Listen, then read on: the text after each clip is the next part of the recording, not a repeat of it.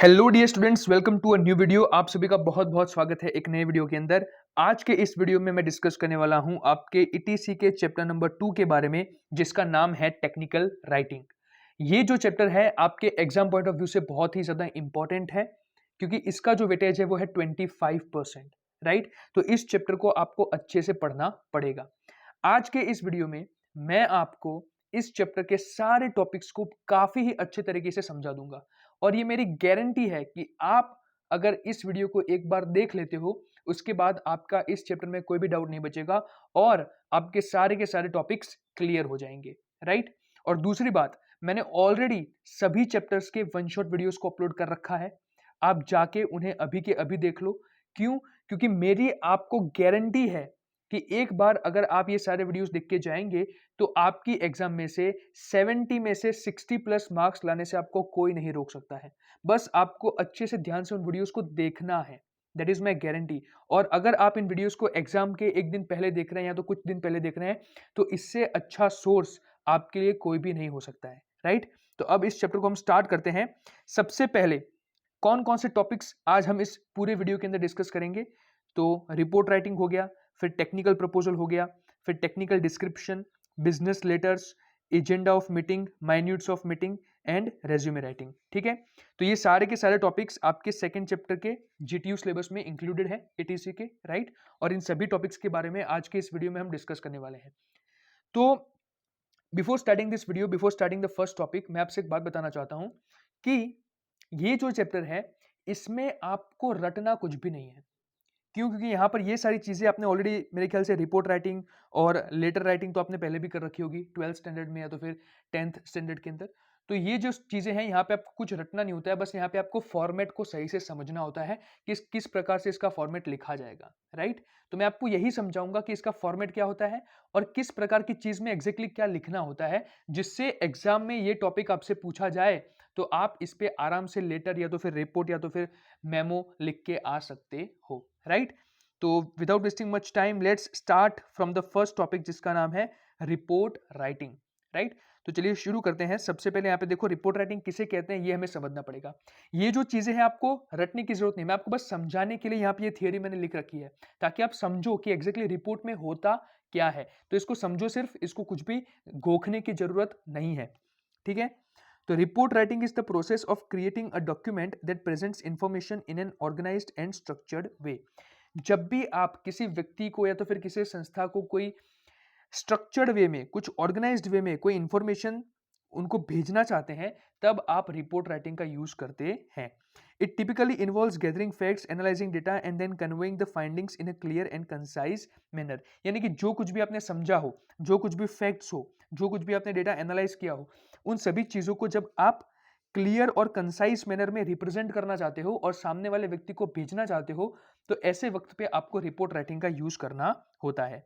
अब यहाँ पे देखो, दे कैन बी फॉर्मल और इनफॉर्मल। अब रिपोर्ट राइटिंग फॉर्मल भी हो सकती है, इनफॉर्मल भी हो सकती है, डिपेंड करता है किस पे, कॉन्टेक्स्ट पे, कि आप किस व्यक्ति को लिख रहे हैं। राइट, कॉमनली जो यूज होते हैं वो क्या होते हैं? एकेडमिक में, बिजनेस में और प्रोफेशनल सेटिंग्स में हम रिपोर्ट राइटिंग का यूज करते हैं, जब हमें किसी बिजनेस में किसी दूसरे बिजनेसमैन को ये चीज लिखनी हो, या तो फिर हमें अपने कॉलेज के अंदर किसी प्रिंसिपल को रिपोर्ट लिखनी हो, तो इन सभी केसेस में रिपोर्ट राइटिंग का यूज किया जाता है। ओके, तो यहां पर देखिए नेक्स्ट क्या है। अ रिपोर्ट में have any one of the following formats. अब इसके अलग अलग फॉर्मेट है, चार प्रकार के फॉर्मेट आते हैं। सबसे पहले आएगा मैन्यूस्क्रिप्ट फॉर्मेट, उसके बाद आएगा मेमो फॉर्मेट, फिर आएगा लेटर फॉर्मेट और फिर आएगा प्री प्रिंटेड फॉर्मेट। इसमें से आपके एग्जाम के लिए दो फॉर्मेट सबसे ज्यादा इंपॉर्टेंट है, एक है मेमो फॉर्मेट और दूसरा है लेटर फॉर्मेट। तो हम इन दोनों की ही डिस्कशन यहाँ पे करने वाले हैं, बाकी के जो दो है वो इतने ज्यादा इंपॉर्टेंट नहीं है। ठीक है, तो चलिए सबसे पहले हम देखेंगे मेमो फॉर्मेट कि मेमो फॉर्मेट क्या होता है। तो यहां पे देखो, उसकी डेफिनेशन समझो क्या है।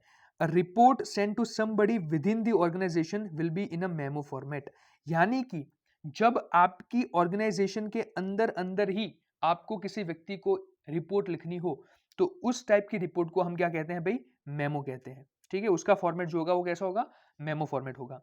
The analysis, conclusions, and recommendations are included in the main text part of the memorandum, the other parts being the same as the inter-office memorandum। ठीक है, तो यहाँ पे ये बता रखा है कि किस तरीके से आपको उसको फॉर्मेट में लिखना है, लेकिन वो तो हम सीधा एग्जाम्पल देख के ही समझ लेंगे। ठीक है, चलिए आपको एक चीज क्लियर हो गई कि मेमो फॉर्मेट क्या होता है। जब आपकी ऑर्गेनाइजेशन के अंदर ही किसी दूसरे व्यक्ति को आपको रिपोर्ट भेजनी हो तो उसमें जो फॉर्मेट होता है उसे कहा जाता है मेमो फॉर्मेट। ओके, अब यहां पे देखिए, सबसे पहले तो आपको ये जो इंस्टीट्यूट है, अपना इंस्टीट्यूट, उसका नाम लिख देना है। तो Mendelia institute of technology and research Timarpur, तो ये हमने क्या कर दिया, इंस्टीट्यूट का ऊपर सबसे पहले हेडिंग में उसका नाम आ गया। अब इंटर ऑफिस मेमोरेंडम, यानी कि हम क्या लिख रहे हैं वो हमने बता दिया कि हम यहाँ पे एक मेमोरेंडम लिख रहे हैं। ये मेमो का by the way full form है मेमोरेंडम, ठीक है। और उसके बाद पहली लाइन क्या होनी चाहिए, सबसे पहले आपको लिखनी है डेट, ठीक है। उसके बाद फ्रॉम, यानी कि कौन लिख रहा है, तो यहाँ पे लिखने वाले का नाम आ जाएगा Mohanlal Sukhariya, unit chief women development centre. तो ये अपनी ऑर्गेनाइजेशन के अंदर ही, ऑर्गेनाइजेशन का नाम क्या है, Mendelia institute of technology and research. तो उसी ऑर्गेनाइजेशन के जो यूनिट चीफ हैं वुमेन डेवलपमेंट सेंटर के, वो यहाँ पर क्या लिख रहे हैं, लेटर लिख रहे हैं। तो फ्रॉम मोहनलाल सुखरिया टू, जिसको लिख रहा है उसका नाम यहाँ पे आएगा Firoz Abbas, director research programmes. Okay, तो यहाँ पे चलो डेट आ गई, फ्रॉम आ गया, टू आ गया, ये तीन चीजें होनी चाहिए। उसके बाद आपको लिखना है सब्जेक्ट। सब्जेक्ट में क्या है, यहाँ पे देखो subject, commendation of Anjani Kumar Singh regarding her performance on women development project. तो यहाँ पर आप क्या करना चाह रहे हैं कि फिरोज अब्बास जो है उनको आप ये रिपोर्ट भेज रहे हैं। कौन भेज रहा है रिपोर्ट, तो मोहनलाल सुखरिया। किसके बारे में, तो अंजनी कुमार सिंह के बारे में, जिन्होंने क्या किया था, उनका अच्छा परफॉर्मेंस रहा था वुमेन डेवलपमेंट प्रोजेक्ट के ऊपर। तो अब यहाँ पे आपने DFTS ऐसे आप शॉर्ट फॉर्म याद रख लो। देखो, जब भी मेमो लिखने को आए तो आपको क्या करना है, DFTS, यानी कि डेट, फ्रॉम, टू, सब्जेक्ट। ये चार चीजें आपको सबसे पहले इंक्लूड करनी होती है। उसके बाद यहां से आपकी स्टार्ट हो जाएगी बॉडी, ये आपकी हो जाएगी स्टार्ट बॉडी। बॉडी में क्या लिखा है, यहाँ पे देखो, यहाँ पर हम अंजनी कुमार की तारीफ करने वाले हैं, तो आपको उस हिसाब से लिखना है। आपको अलग अलग टॉपिक्स मिल सकते हैं, तो यहाँ पर आप टॉपिक्स के बारे में मत सोचो कि मुझे कौन सा टॉपिक पूछेंगे तो उसमें मैं क्या लिखूंगा। आपको बस फॉर्मेट पे ध्यान देना है, टॉपिक वहां पे आपको ऑन द स्पॉट बनाना पड़ेगा। The purpose of this report is to officially commend Anjani Kumar Singh for her exceptional contribution throughout her assignment to the Women Development Project। यानी कि सबसे पहले आपने जो मेन उद्देश्य था यहाँ पे बता दिया कि अंजनी कुमार सिंह जो थे उनका अच्छा वुमेन डेवलपमेंट प्रोजेक्ट में प्रदर्शन रहा था, उसके लिए हम उनकी तारीफ में ये रिपोर्ट लिख रहे हैं। As you know, Anjani Kumar Singh has been working on a special assignment with the WDP team for the past 2 years।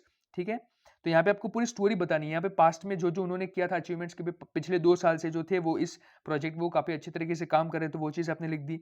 Now that this WDP plan has been completed, I wanted to make sure that she gets some recognition for her significant and exceptional contribution to the project। यानी कि अब ये project complete हो चुका है, तो मैं चाहता हूं कि उन्हें इस बात का रिकॉग्निशन मिले उनके अच्छे काम के लिए, राइट। उसमें आगे आप क्या लिख सकते हैं, देखिए, तो as a senior research fellow Anjani's role in the project was pivotal for its timely and successful completion. यानी कि भाई उनका बहुत बड़ा रोल था सक्सेसफुली कंप्लीट करने के लिए प्रोजेक्ट को। It was Anjani who worked for long hours, numerous nights and weekends doing the field survey and data analysis with her small team of 3 junior researchers। यानी कि उन्होंने जो जो एफर्ट मारे हैं उन सभी एफर्ट के बारे में यहाँ पे आपको लिखना है। The quality of Anjani's written work was also exceptional. Her regression analysis summaries were also very well written and rarely revision। तो ये सारी चीजें आप किन्हें भेज रहे हैं भाई, आप ये सारी चीजें भेज रहे हैं लिख के फिरोज अब्बास को, ठीक है। तो यहाँ पर ये सारी चीजें आप उनकी क्या कर रहे हैं कि अंजनी की तारीफ करते हुए उनको ये रिपोर्ट पूरा भेज रहे हैं। Anjani was also outstanding as a colleague and a project team member. तो एक अच्छी कलीग थी, वो अच्छी टीम मेंबर थी। Her upbeat enthusiasm and keen interest in the project was infectious and she in fact motivated the entire project team. यानी कि उन्होंने पूरी प्रोजेक्ट टीम को मोटिवेट कर दिया था, उनका एंथुसियाज्म था वो बहुत ही ज्यादा था। In closing I would like to say, अब यहाँ पे एक क्लोजअप आएगा, ये अपना क्या गया, ये कंक्लूजन वाला पार्ट आ गया। तो इन closing I would like to say that I have worked with many research fellows over the years and have never come across one as professional and productive as Anjani Kumar Singh was on the WDP। यानी कि भाई मैंने इससे पहले ऐसा कोई भी व्यक्ति देखा नहीं है जिन्होंने इतना अच्छा प्रदर्शन दिया हो। I believe that the organization as a whole should recognize her exceptional contribution to a major project। तो यहाँ पर देखिए उनका उद्देश्य यहाँ पे उन्होंने बता दिया कि मैं बिलीव रखता हूँ कि जो पूरी ऑर्गेनाइजेशन होगी वो रिकॉग्नाइज करेगी उनका exceptional contribution to this project. Okay, उसके बाद लास्ट में please let me know if you have any question और कमेंट्स। तो ये भी आप एक इंक्लूड कर सकते हैं बेस्ड अपॉन द टॉपिक कि आपको किस प्रकार का टॉपिक दिया गया है। और लास्ट में उन्होंने अपना नाम लिख दिया, Mohanlal Sukhariya, unit chief women development. ठीक है, तो यहाँ पे आपकी सिग्नेचर भी आप डाल सकते हो या तो फिर इस प्रकार से सिंपली आप नाम लिख दोगे तो भी चलेगा। तो ये हो गई रिपोर्ट राइटिंग। ठीक है, तो इसमें ये कौन सा फॉर्मेट हो गया हमारा, मेमो फॉर्मेट हो गया। क्यों, क्योंकि आपने सेम ऑर्गेनाइजेशन के अंदर ही दूसरे डिपार्टमेंट में किसी दूसरे व्यक्ति को ये चीज भेजी। ओके डन, अब आगे बढ़ते हैं। नेक्स्ट है आपका लेटर फॉर्मेट। तो अब देखिए रिपोर्ट राइटिंग के अंदर एक दूसरा फॉर्मेट आता है लेटर फॉर्मेट। अब ये कब यूज करना है, तो ये कब यूज होगा, देखो while sending short reports of a few pages to outsiders one can opt for a letter format. यानी जब किसी आउटसाइडर को, यानी किसी ऐसे व्यक्ति को जो आपके ऑर्गेनाइजेशन का नहीं है, उसे जब आपको रिपोर्ट लिखनी हो, उस केस में आप लेटर फॉर्मेट का यूज करेंगे। ठीक है, अब यहाँ पे देखो इसमें और क्या लिखा है कि besides all the routine parts of a letter this reports may include headings, illustrations and footnotes. तो इसमें ये कुछ खास चीजें इंक्लूड कर सकते हैं आप, हेडिंग आएंगे, इल्यूस्ट्रेशंस यानी कि एग्जांपल्स आप डाल सकते हैं, फुटनोट्स डाल सकते हैं, तो ये सारी चीजें इसमें इंक्लूड की जा सकती है। ओके, उसके बाद यहाँ पे उसके मेन पार्ट्स के बारे में बताया गया है जो कि हम फॉर्मेट के थ्रू ही समझ लेंगे। अब यहाँ पे आप एग्जाम्पल देखो। ठीक है, सबसे पहले यहाँ पे आपकी जो ऑर्गेनाइजेशन है ओपेक्स अपैरल लिमिटेड, ये यहाँ पे उसका नाम लिखा गया है। ठीक है, अब मेक श्योर कीजिए कि ये जो ऑर्गेनाइजेशन है इसका नाम आप सेंटर में लिखिए यहाँ पे। ठीक है, यहाँ पे सेंटर में लिखोगे तो ज्यादा अच्छा लगेगा। उसके बाद इसकी शुरुआत हमेशा कहाँ से होगी, इसकी शुरुआत होगी डेट से। तो आपको ऐसे लिख दिए 25 मई 2018, और जिस व्यक्ति को आप लेटर लिख रहे हैं उसका यहाँ पे एड्रेस आना चाहिए। तो managing director Opex apparel limited, Dhanmondi, Dhaka. ठीक है, तो यानी कि आप एक एमडी को यहाँ पर लेटर लिख रहे हैं, तो इनका आपने पूरा उनका डेजिग्नेशन डाल दिया कि मैनेजिंग डायरेक्टर, और उसका जो एड्रेस था वो भी आपने यहाँ पे डाल दिया। अब किस चीज के बारे में ये है, तो negligence of duty by the staff in our Uttara showroom, यानी कि भाई ये उत्तरा शोरूम उनका होगा, उस शोरूम के अंदर स्टाफ अच्छे से अपना काम नहीं कर रहा होगा, अपनी ड्यूटी जो है वो अच्छे से निभा नहीं रहा होगा। तो इस चीज के बारे में जो व्यक्ति है वो उन्हें बता रहे हैं। देखिए अब यहाँ पर जिसके द्वारा लेटर भेजा गया है उसके बारे में अभी स्टार्टिंग में कोई इंफॉर्मेशन नहीं दे रखी है। ठीक है, यहाँ पे सीधा डेट डाल दी, और डेट के बाद जिस व्यक्ति को लिखा जा रहा है लेटर वो यहाँ पे हमने डाल दिया, क्योंकि यहाँ पे आपको टू पहले लिखना है कि भाई किसको आप लेटर लिख रहे हैं। डेट लिखने के बाद आपको सीधा टू लिखना है कि आप किसको ये लेटर लिख रहे हैं। आपका जो एड्रेस आएगा वो सबसे लास्ट में आएगा यहाँ पर। ठीक है, तो यहाँ पे आपका सबसे लास्ट में आपको इंट्रोडक्शन देना पड़ेगा। ओके, चलिए देखते हैं यहाँ पे। In accordance with your instructions, I personally visited our Uttara showroom to look into its functioning. I made some investigation and therefore submitting my report hereunder. यानी कि जो व्यक्ति लिख रहा है वो यहाँ पे बता रहा है कि आपके इंस्ट्रक्शंस के हिसाब से, किसके इंस्ट्रक्शंस के हिसाब से भाई, तो एमडी की इंस्ट्रक्शंस के हिसाब से I personally visited our Uttara showroom, मैंने हमारा उत्तरा शोरूम जो है उसे विजिट किया, to look into its functioning, उसके फंक्शनिंग को चेक करने के लिए। I made some investigation and therefore submitting my report hereunder, और उनकी इन्वेस्टिगेशन के हिसाब से अब उन्होंने जो रिपोर्ट बनाई है वो यहाँ पे वो सबमिट कर रहे हैं। ठीक है, A number of worthy customers purchased some exclusive garments but found some problem for fitting after purchase. तो यहाँ पे उन्होंने कपड़े खरीदे लेकिन उनको फिटिंग में प्रॉब्लम हो रही थी, जो कस्टमर्स थे उनको। They tried their best to return the garments but failed because there was no attendant to take the complaint and providing the change. तो यहाँ पे प्रॉब्लम क्या उन्होंने मेन बताई है कि गारमेंट्स खरीदने के बाद जब वो उनको फिट नहीं हो रहे थे तो कस्टमर उनको वापस रिटर्न करना चाहते थे, बट उसके लिए सही से उनको सामने की साइड से रिस्पॉन्स नहीं मिल रहा था। As a result they made a phone call to our complaint department and file complaints regarding this issue. तो फिर क्या किया उन्होंने, कंप्लेंट डिपार्टमेंट में कॉल किया कस्टमर्स ने कि आपका कोई व्यक्ति है वो हमारी कंप्लेंट को स्वीकार ही नहीं रहा है। In our Uttara branch there is only one attendant named mister Sakir to handle the after sales service. तो एक ही व्यक्ति जो था वो ये आफ्टर सेल्स सर्विस यानी कि कंप्लेंट वाला पूरा डिपार्टमेंट संभाल रहा था, जिसका नाम था mister Sakir. He has been found to be irregular for the last 3 months, और ये पिछले 3 महीने से कैसे थे भाई, इरेग्युलर थे, यानी कि अपना काम सही से कर नहीं रहे थे। As a result our customers are getting dissatisfaction causing a decrease in our sales, और इसी की वजह से लोग आके हमारे यहाँ से कपड़े खरीद नहीं रहे हैं। In this age of completion losing customers mean red alert to the business. तो ये तो सही सी बात है भाई कि अगर कस्टमर्स नहीं आएंगे तो ये तो हमारे बिजनेस के लिए रेड अलर्ट हो गया। I have no hesitation to recommend that Mr. Sakir may be served with a notice and a really efficient and active man may be sent there for proper functioning, यानी कि भाई mister Sakir की जगह कोई अच्छे व्यक्ति को भेजो वहां पे जो कि काम कर सकता हो। तो ये जो सारी चीजें हैं वो कौन लिख रहा है भाई, सेक्रेटरी जो है एम ए खान, वो ये सारी चीजें लिख रहे हैं एमडी को जो कि मैनेजिंग डायरेक्टर है, क्योंकि इन्होंने सर्वे लिया इस ब्रांच का और इन्होंने इस चीज को पाया कि भाई हमारी ये जो ब्रांच है वहां पे सही से काम नहीं हो रहा है, इसलिए इन्होंने सीधा लेटर किसको लिख दिया भाई, उन्होंने लेटर राइटिंग कर दी सीधी मैनेजिंग डायरेक्टर को। तो ये आपकी रिपोर्ट हो गई जिसका फॉर्मेट लेटर की तरह होगा। क्यों, क्योंकि यहाँ पे आप किसी दूसरे ऑर्गेनाइजेशन के व्यक्ति यानी कि किसी आउटसाइडर को रिपोर्ट लिख रहे हैं, तो उस केस में यहाँ पे आपको लेटर फॉर्मेट का यूज करना पड़ेगा। I hope that a quick action will be taken based on my recommendation for the betterment of company, यानी कि हमारी कंपनी के बेटरमेंट के लिए मैं आशा रखता हूं कि कोई स्ट्रिक्ट एक्शन ली जाएगी। तो यहाँ पे देखो शोरूम के अंदर जो एम.ए. खान सेक्रेटरी थे वहां के, ठीक है, इन्होंने ये जो रिपोर्ट है वो किसे भेजी, मैनेजिंग डायरेक्टर को, कि भी आप इस चीज पे एक्शन ले क्योंकि हमारे जो कर्मचारी है वो सही से अपना काम नहीं कर रहे हैं। तो इस प्रकार के रिपोर्ट में आपको लेटर फॉर्मेट यूज करना है, ठीक है। उत्तरा शोरूम के अंदर ही अंदर अगर किसी व्यक्ति को रिपोर्ट भेजा जा रहा होता तो फिर वो हमारा मेमो फॉर्मेट हो जाता। क्यों? क्योंकि वो within the same organisation Uttara showroom के अंदर ही किसी दूसरे व्यक्ति को लिखा जा रहा है, तो वो हमारा क्या होता, मेमो फॉर्मेट। पर यहां पर क्या है, आप एमडी को लिख रहे हैं, ये एक आउटसाइडर है, तो उस केस में ये हमारा लेटर फॉर्मेट में होगा, राइट। तो ये चीज क्लियर हो गई। अब आगे बढ़ते हैं, नेक्स्ट हमारा है प्री प्रिंटेड फॉर्मेट। अब ये जो प्री प्रिंटेड फॉर्मेट है आपके एग्जाम पॉइंट ऑफ व्यू से उतना ज्यादा इंपॉर्टेंट नहीं है, तो मैं इसको यहाँ पे डिटेल में डिस्कस नहीं करूंगा, लेकिन आपको बता देता हूँ कि ये होता क्या है एक्चुअली। यहाँ पे देखो, सबसे पहले आपने कंपनी का नाम लिख दिया, उसका एड्रेस लिख दिया, और यहाँ पे लेबोरेटरी रिपोर्ट यहाँ पे आप बना रहे हैं, ठीक है। तो इसमें डेट यहाँ पे हमेशा ऐसे राइट हैंड साइड आती है। उसके बाद प्री प्रिंटेड फॉर्मेट का मतलब क्या है कि ये सारी चीजें पहले से प्रिंटेड होती है, बस आपको ये जो ब्लैंक्स होते हैं ब्लैंक्स को भरना होता है।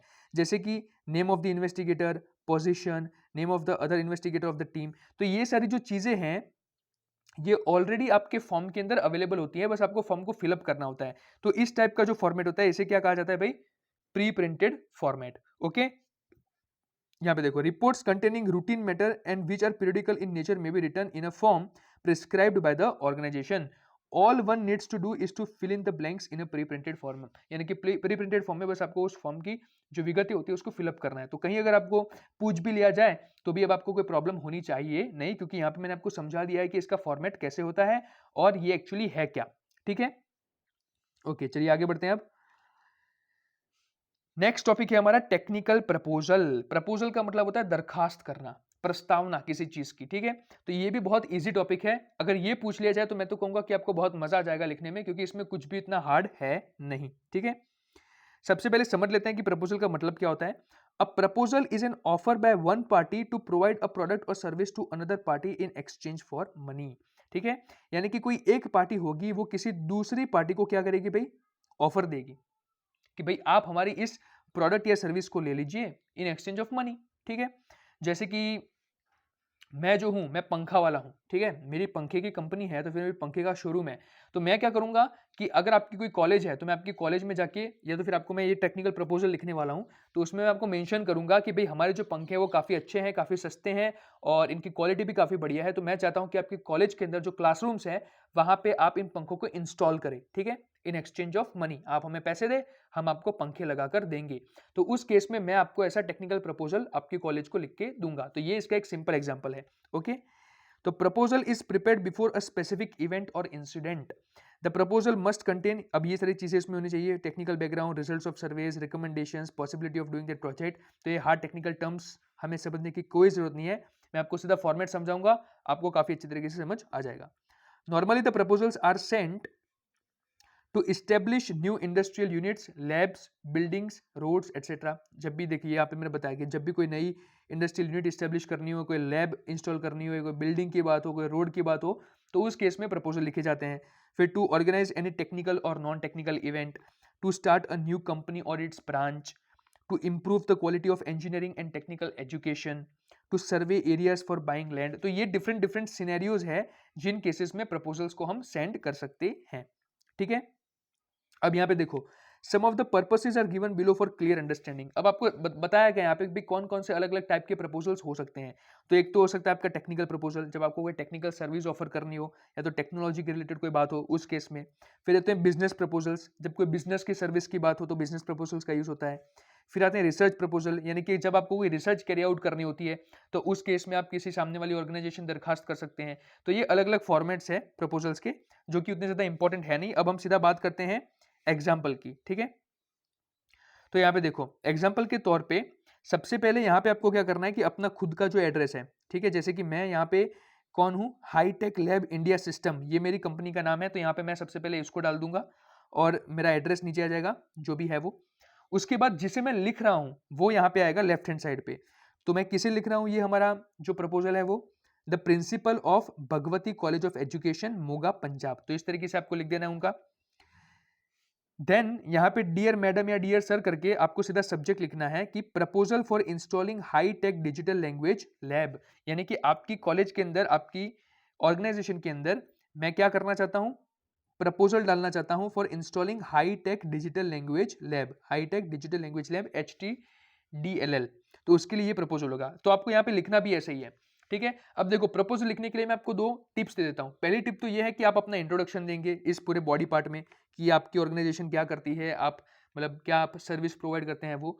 और दूसरा ये आपको बताना है कि जब वो आपकी सर्विस को यूज करेंगे तो उससे उनका फायदा क्या होगा, क्योंकि यहाँ पे आपको उन्हें कन्विंस करना है कि आप उनकी सर्विस ले, आपकी जो प्रोडक्ट है उनको दे, ठीक है। उसके लिए आपको उन्हें कन्विंस करना है, तो इसलिए आपको बेनिफिट्स दिखाने पड़ेंगे कि जब आप हमारी इस प्रोडक्ट को यूज करेंगे, जब आप हमारी इस सर्विस को यूज करेंगे तो इससे आपके क्या फायदे होंगे, ठीक है। तो यहाँ पे इसी तरीके से लिखा गया है कि we wish to introduce ourselves as a well established and leading manufacturer of communication equipment for schools, colleges and other educational institutes, यानी कि सबसे पहले अपना परिचय दे दिया कि भाई हम क्या काम करते हैं।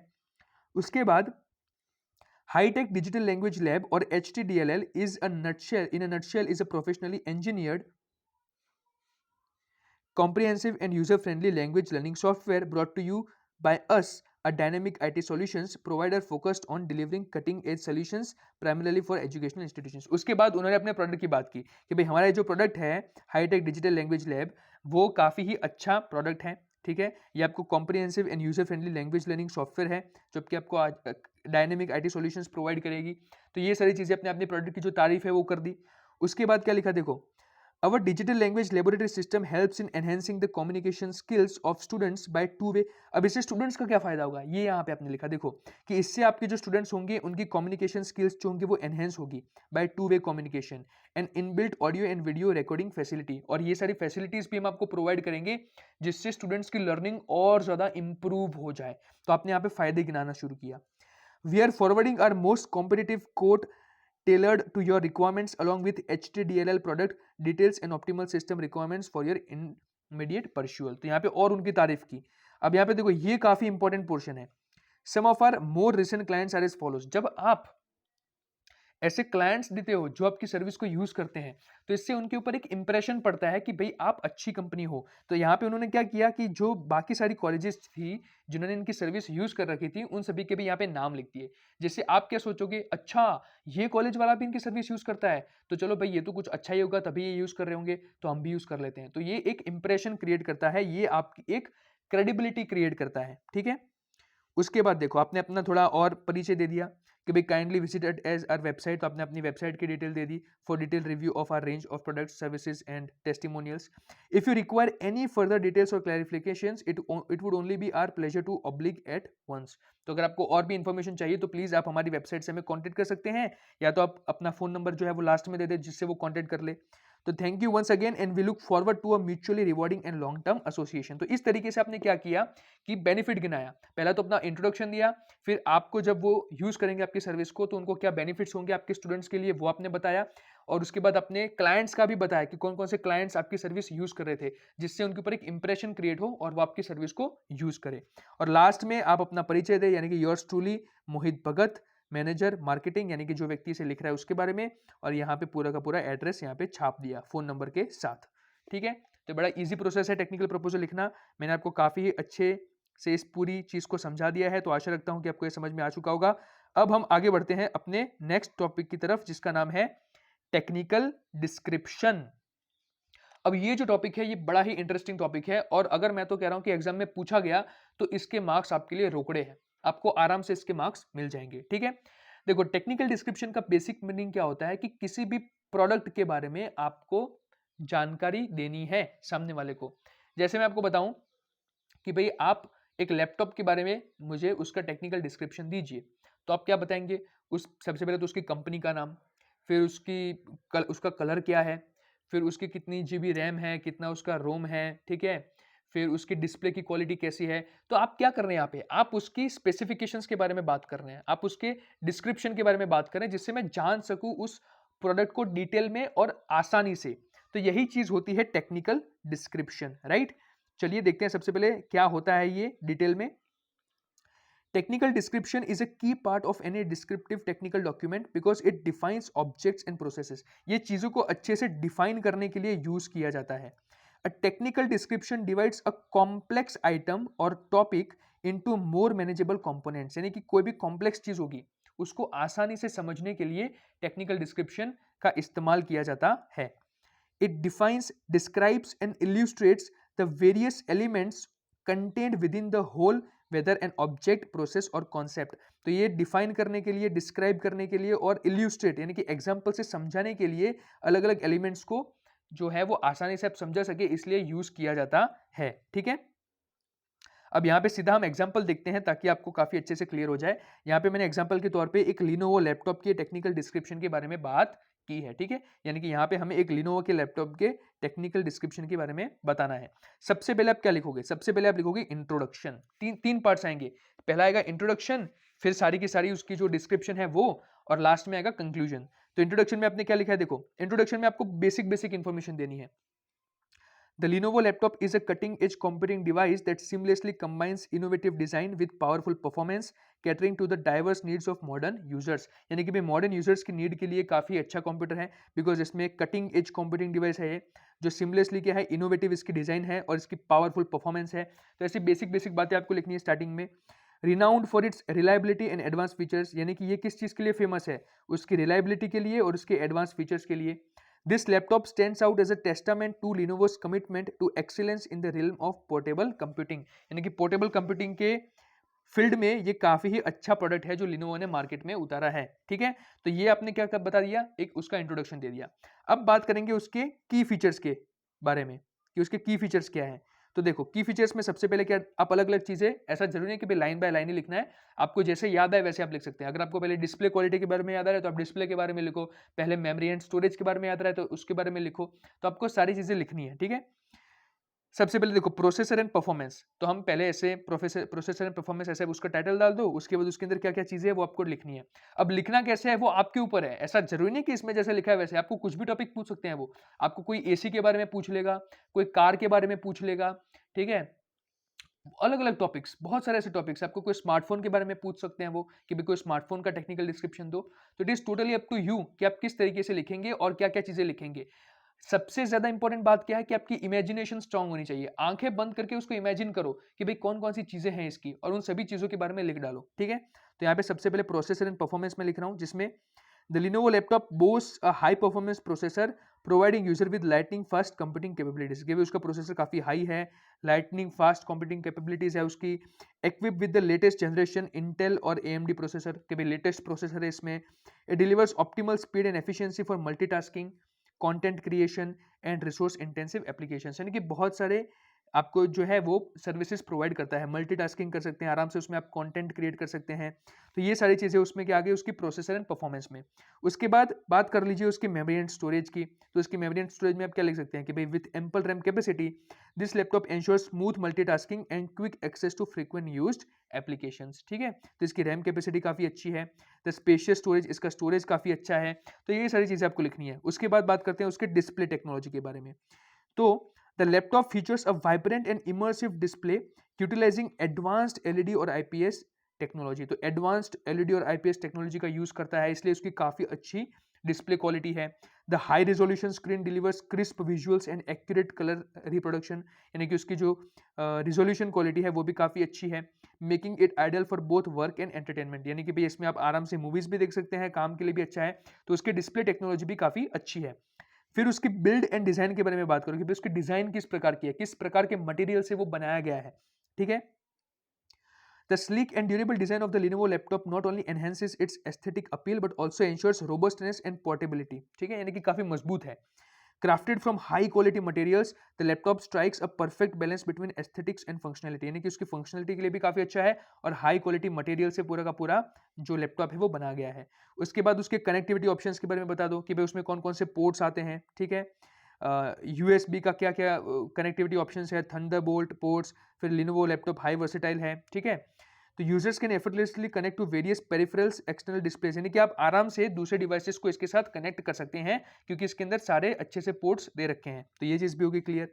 फिर उसकी बैटरी लाइफ के बारे में लिख दो कि उसकी बैटरी लाइफ कैसी है. तो यहाँ पे आप लिख सकते हो कि भाई design for the on go productivity. The laptop features an optimised battery, यानी कि उसकी बैटरी काफी अच्छी है। That provides extended usage without compromising performance, यानी कि काफी लंबे समय तक चलती है, ठीक है। The energy efficient components and intelligent power management contribute to a longer battery life, यानी कि इसकी बैटरी लाइफ कैसी है, लॉन्गर है। तो ये सारी चीजें आप वहां पे लिख सकते हो। उसके बाद सिक्योरिटी फीचर्स, तो सिक्योरिटी के लिए क्या क्या चीजें उन्होंने मेंशन की है। तो Lenovo prioritise user security incorporating features such as biometric authentication, यहाँ पे देखो यानी कि लॉक सिस्टम सही है एकदम, फेशियल रिकॉग्निशन और फिंगरप्रिंट का इसमें दे रखा है, रोबस्ट एनक्रिप्शन प्रोटोकॉल्स है। तो ये सारी चीजें जो है वो सिक्योरिटी फीचर्स भी काफी अच्छी तरीके से उसमें दे रखे हैं। फिर ऑपरेटिंग सिस्टम कौन सा है उसका, तो वो बता दो, ठीक है। The Lenovo laptop runs on the latest version of the operating system, जो कोई भी ऑपरेटिंग सिस्टम अगर आप डिटेल में बताना चाहे तो भी बता सकते हैं, ठीक है। फिर लास्ट में सब सारे फीचर्स के बारे में आप डिस्कस कर लो तो आपको कंक्लूजन देना होता है। कंक्लूजन में आपको क्या करना है कि ऊपर के जितने भी पॉइंट्स है उसे समराइज कर दो।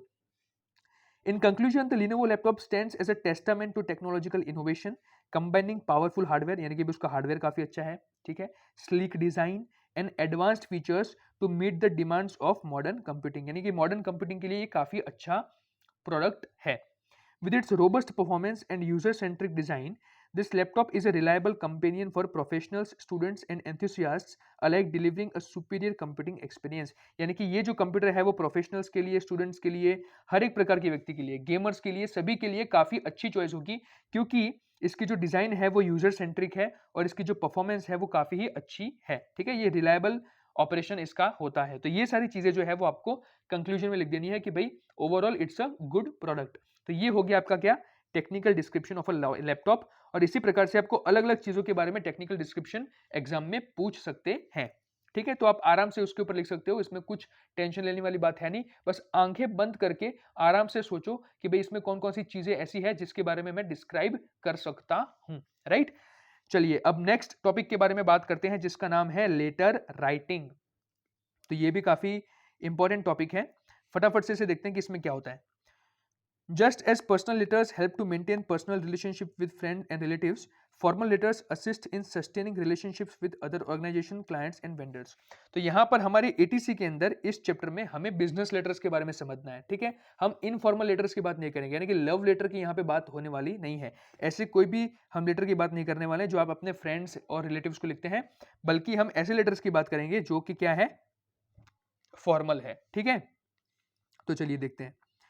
They are the appropriate forms of communication when the information to be conveyed is complex. तो जो बिजनेस लेटर्स होते हैं वो ऐसे सिचुएशंस में यूज किए जाते हैं जब जो इंफॉर्मेशन है वो कॉम्प्लेक्स हो, ठीक है।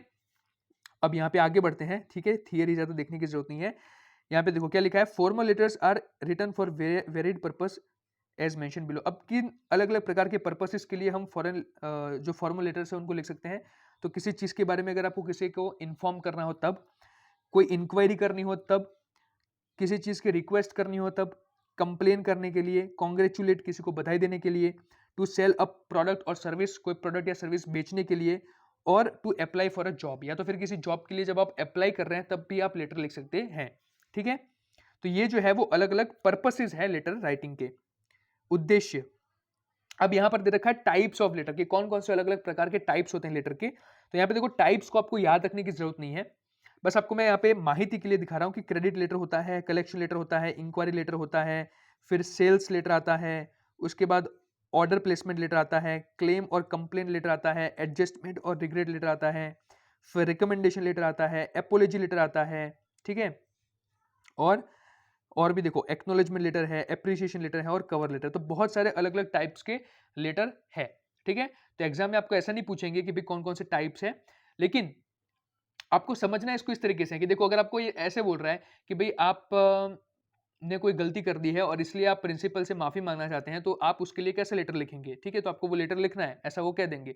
तो वो अल्टीमेटली किस टाइप में आ गया, वो आ गया आपके एपोलॉजी लेटर में, सिंपल सी बात है। फिर अगर आपके म्यूनिसिपैलिटी कॉर्पोरेशन जो है वहां पे आपकी सोसाइटी में सही से पानी नहीं आ रहा, तो आप म्यूनिसिपैलिटी कॉर्पोरेशन को लेटर लिखना चाहते हैं, तो वो कौन सा हो जाएगा, वो हो जाएगा सीधा आपका क्लेम और कंप्लेंट लेटर, राइट। तो ये अलग अलग टाइप्स में दे रखा है और आपको अलग अलग टाइप्स के सीधे एग्जांपल्स पूछेंगे कि भाई आप म्यूनिसिपैलिटी को ऐसे लेटर लिखो रिक्वेस्ट करने के लिए, या तो फिर उनको कंप्लेन करो कि आपके यहाँ सही से पानी नहीं आ रहा, तो उसका कुछ सोल्यूशन लाए। तो वो कंप्लेन लेटर में अल्टीमेटली आ गया, ठीक है। तो ऐसे बस आपको अलग अलग टाइप्स के लेटर पूछ सकते हैं, आपको बस समझाने के लिए लिखा गया है कि कौन कौन से अलग अलग टाइप्स के लेटर हो सकते हैं। हमारे लिए जो सबसे ज्यादा इंपॉर्टेंट टाइप यहाँ पर है वो है कवर लेटर, जो कि पूछे जाने के चांसेस सबसे ज्यादा है एग्जाम के अंदर, राइट। तो समझते हैं कि कवर लेटर क्या है। A cover letter is a document that accompanies a resume or job application and provides additional information about the applicant to a potential employer। यानी कि देखो, जब भी आप किसी कंपनी के लिए अप्लाई करते हो तो आप रेज्यूमे तो लिखते ही हो, सिंपल सी बात है। लेकिन रेज्यूमे के साथ साथ जब आप एक ऐसा लेटर देते हो जिसे कहते हैं कवर लेटर, तो वो उसमें क्या कंटेन करता है, ये एडिशनल इंफॉर्मेशन को कंटेन करता है, ठीक है।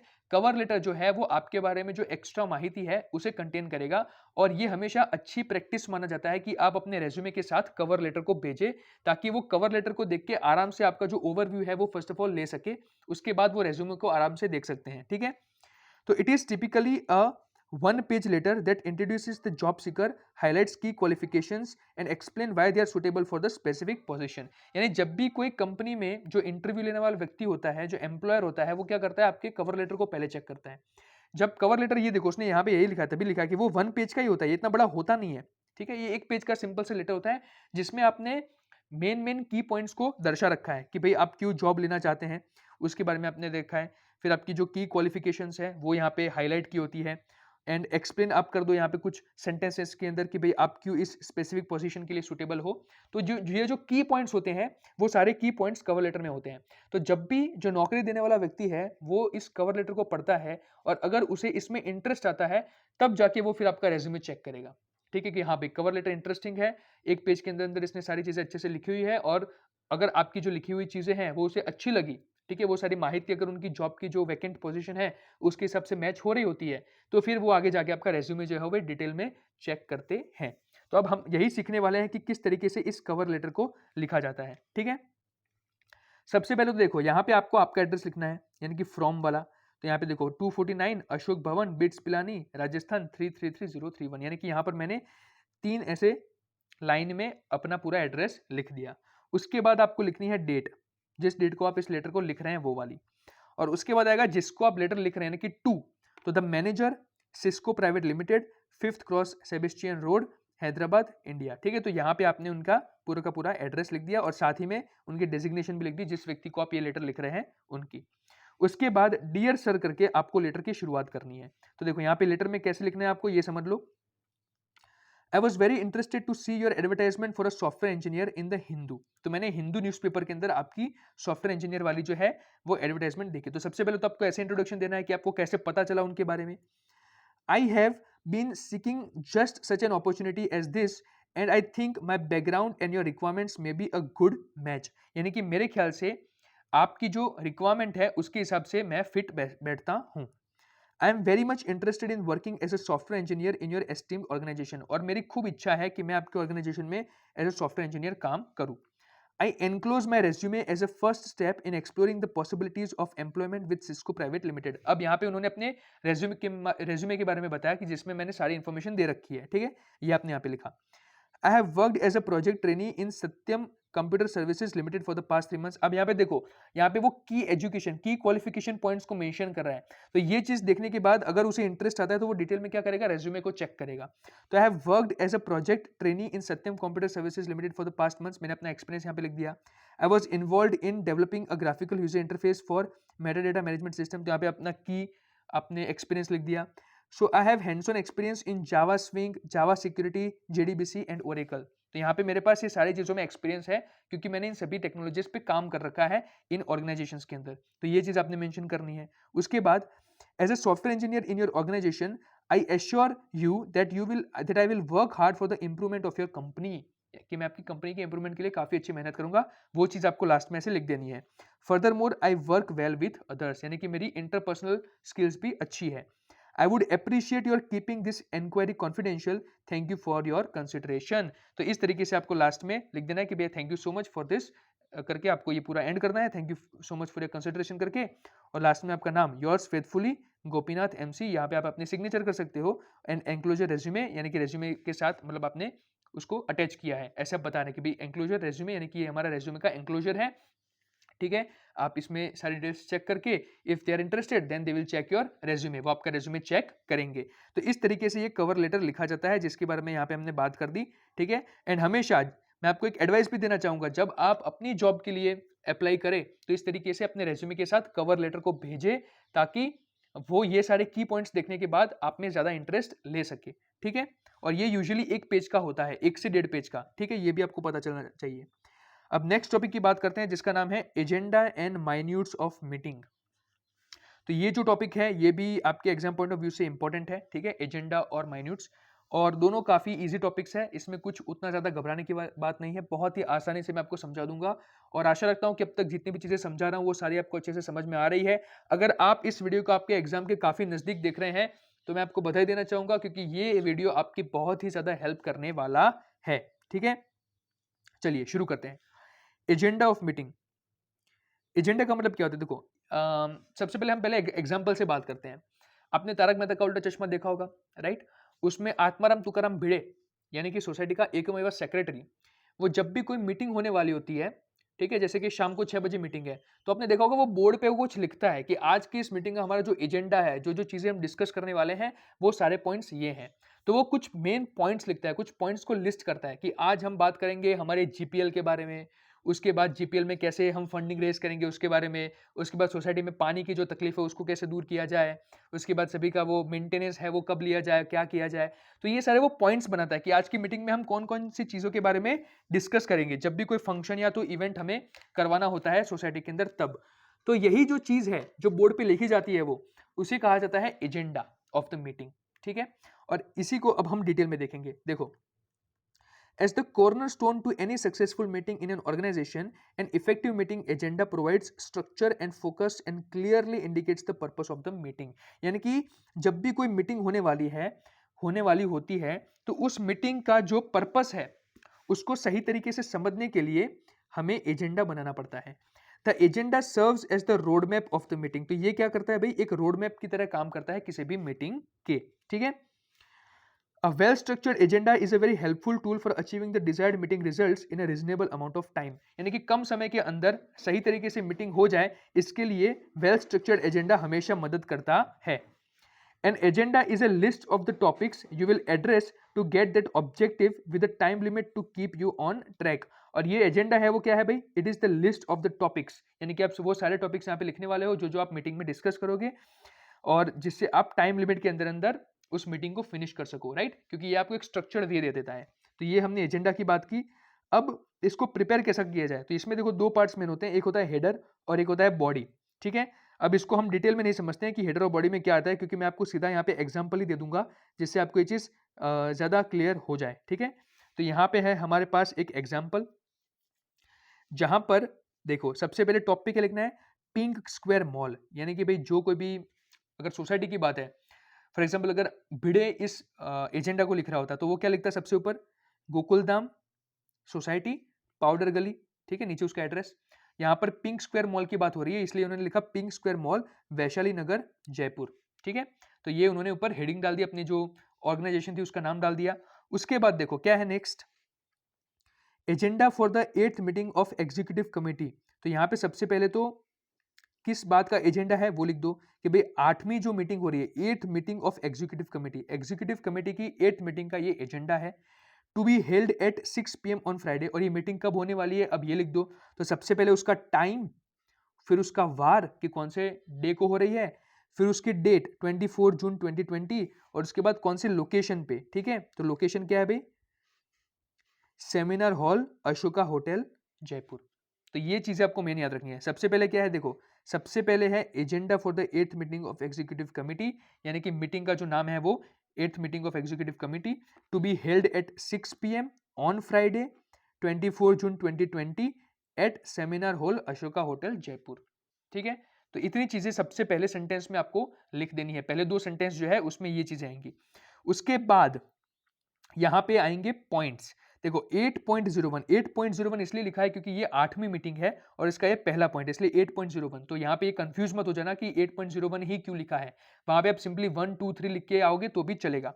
तो उनका पहला पॉइंट क्या है भाई मीटिंग की डिस्कशन का, confirmation of the minutes of the last meeting. अब यहाँ पे माइन्यूट्स क्या है उसके बारे में मत घबराओ, मैं आपको अभी समझाने वाला हूँ कि माइन्यूट्स क्या है।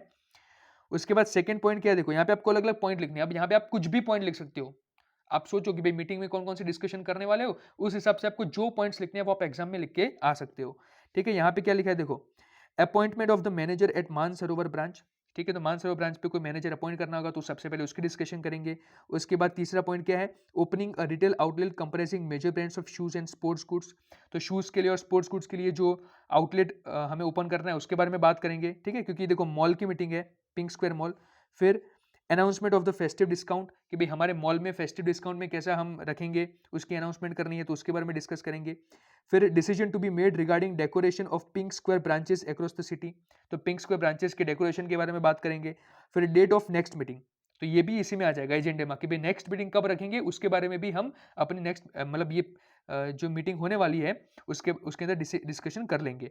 And any other matter with the permission of the chair. और फिर ये लास्ट में पॉइंट, आपको ये दो पॉइंट्स तो याद ही रखने हैं। ठीक है, कौन कौन से, डेट ऑफ नेक्स्ट मीटिंग वाला और any other matter with the permission of the chair, यानी कि और कोई भी अगर मुद्दा डिस्कस करना हो तो वो भी हम मीटिंग के अंदर कर लेंगे।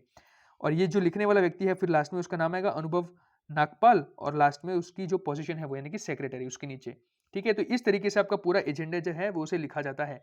काफी इजी है, काफी ही छोटा सा होता है, उतना ज्यादा घबराने की जरूरत नहीं है, बहुत ही इजीली आप लिख के आ जाओगे, कुछ भी नहीं है इसमें। देखिए बहुत ईजी चीज है और बहुत मजेदार चीज है।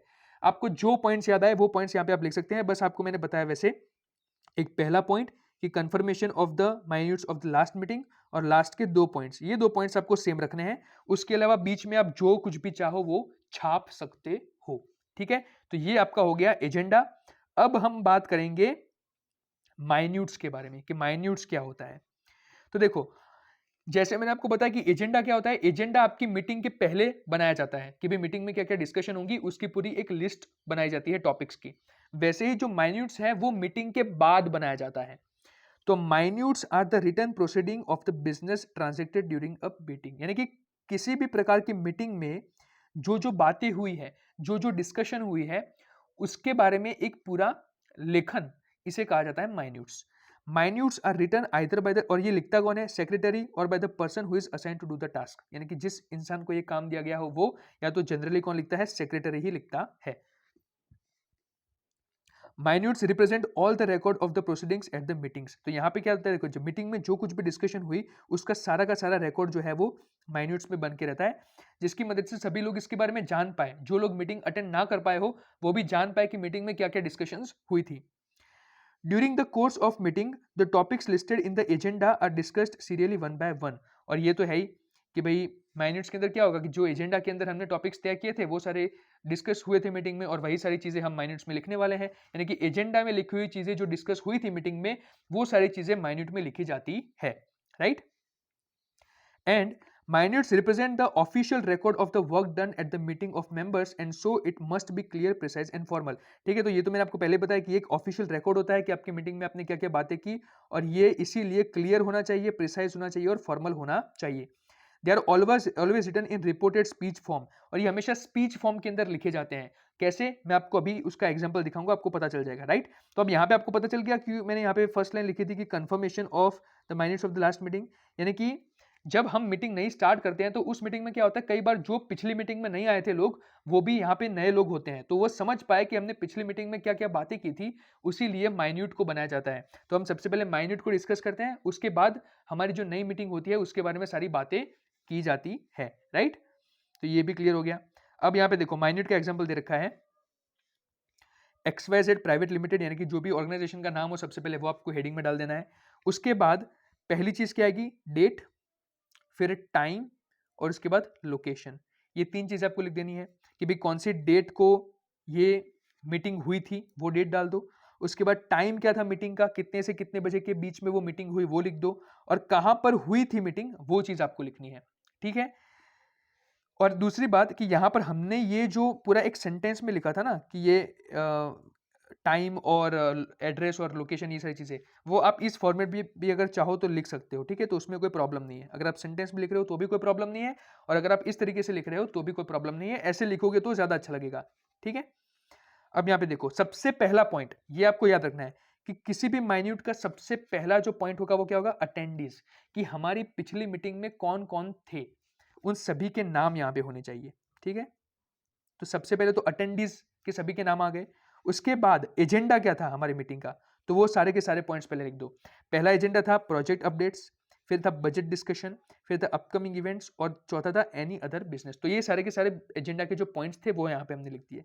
और अब माइन्यूट का मेन बॉडी पार्ट चालू होता है, जहां पे आप लिखोगे मीटिंग प्रोसीडिंग्स।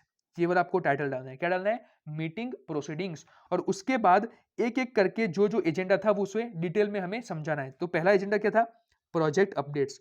तो यहां पे हमने क्या लिखा, प्रोजेक्ट अपडेट्स। अब यहाँ पे देखो मैंने कहा था रिपोर्टेड स्पीच फॉर्मेट में होगा, यानी कि आप इसे जैसे किसी को बता रहे हो उस लैंग्वेज में आपको लिखना है। तो देखो यहाँ पे क्या लिखा है, सबसे पहले कि John provided a brief overview of the current status of project S. यानी कि सबसे पहले तो प्रोजेक्ट अपडेट के केस में क्या हुआ कि जॉन ने सभी को ब्रीफ ओवरव्यू दे दिया, ठीक है, प्रोजेक्ट एक्स के बारे में, highlighting the completion of phase 1 ahead of schedule. फिर Mary shared challenges faced by her team in implementing new software and requested assistance from the IT department. यानी मैरी ने अपना जो जो था वो सारा प्रोजेक्ट के रिगार्डिंग कह दिया। फिर Robert discussed progress on project Y. तो रॉबर्ट ने अपना जो प्रोजेक्ट वाई उसका था उसके बारे में जो जो प्रोग्रेस हो रखी थी उसके बारे में बताया। And mention the need for additional resources, और ये भी बताया कि उसको एडिशनल रिसोर्स की जरूरत है। तो ये जो हमने एजेंडा लिया था प्रोजेक्ट अपडेट्स वाला, ठीक है, टॉपिक जो लिया था उसके बारे में जो जो डिस्कशन हुई थी वो यहाँ पे हमने लिख दी। उसके बाद नेक्स्ट कौन सा था, बजट डिस्कशन। तो बजट डिस्कशन यहाँ पे हमने लिख दिया। फिर देखो सिंपल है, बजट डिस्कशन में क्या क्या बातें हुई फिर वो आपको यहाँ पे लिखनी है। तो यहाँ पे आप बातें कुछ भी लिख सकते हो, जो टॉपिक दिया है उसके हिसाब से आपको जो याद आए वैसे आप बातें लिख सकते हो। Alex presented the budget report for the quarter, emphasizing a 10% overrun in the marketing budget. तो एलेक्स ने जो था वो बजट रिपोर्ट को रिप्रेजेंट किया, ठीक है, 4 महीने की जो थी वो। फिर team discuss strategies to reallocate funds and mitigate over spending. तो ओवर स्पेंडिंग को कम करने के लिए क्या किया उन्होंने, स्ट्रेटेजीज को डिस्कस किया।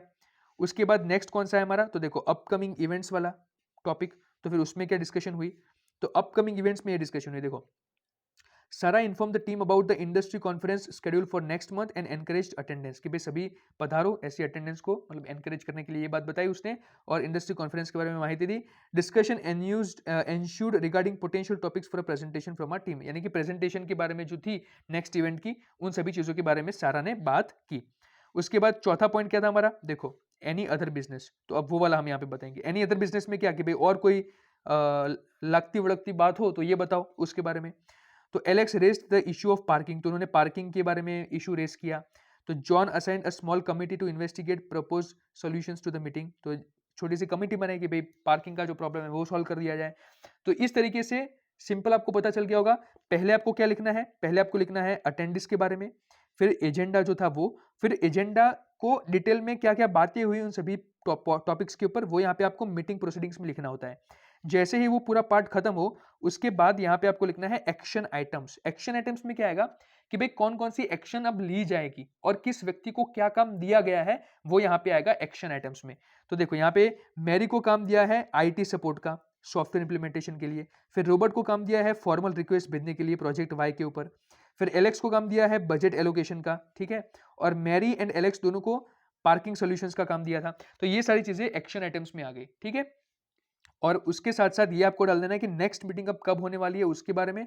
तो February 5, 2024 at 2 PM conference room A, और मीटिंग एडजर्न्ड एट 3 PM, यानी कि जिस टाइम पे मीटिंग खत्म हो गई वो यहाँ पे आपको टाइम डाल देना है। तो ये होता है पूरा एक बढ़िया तरीके से लिखा हुआ माइन्यूट, ठीक है। तो आशा रखता हूं कि आपको पता चल चुका होगा कि माइन्यूट कैसे लिखा जाता है। काफी ही इजी लैंग्वेज में लिखा जाएगा, जितने मार्क्स में पूछा जाए उस हिसाब से आपको सारे पॉइंट्स लिखने हैं, ठीक है। अंदर जो ये सारी डिटेल्स मेंशन कर रखी है ये डिटेल्स आप कम या ज्यादा कर सकते हैं based upon the number of marks. अगर कम मार्क्स में पूछा गया है तो आपको उतनी ज्यादा डिटेल्स देने की जरूरत है नहीं।